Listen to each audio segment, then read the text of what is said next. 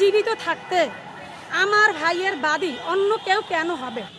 আমার ভাই গুলিবিদ্ধ হবার পর থেকে আমাদের পরিবারের সদস্য, আমি, আমার হাজব্যান্ড, আমার বড় দুলা ভাই, বড় ভাই এবং ওমর বিন হাদি এভার কেয়ারে কিন্তু উপস্থিত 24 ঘন্টার জন্য। ইভেন আমি 1 সেকেন্ডের জন্য আমার ভাইয়ের আইসিইউর সামনে থেকে যাইনি। আমাদের কাছে কেউ কোনো মামলার বাদী নিয়ে আসেনি, একদম স্পষ্ট কেউ আসেনি। আমরা এখন আপনারা অনলাইনে যেটা দেখতেছেন আমরাও দেখতেছি, ক্লিয়ার। আমার আপনাদের কাছে প্রশ্ন, আমি জীবিত থাকতে আমার ভাইয়ের বাদী অন্য কেউ কেন হবে? যদি আমি না বলি সেটা ঠিক আছে, আমার কাছে তো কেউ আসেনি। আমি আমার ভাইয়ের জন্য আমার শরীরে 1 ফোঁটা রক্ত যতক্ষণ থাকবে অতক্ষণ আমি লড়ে যাব।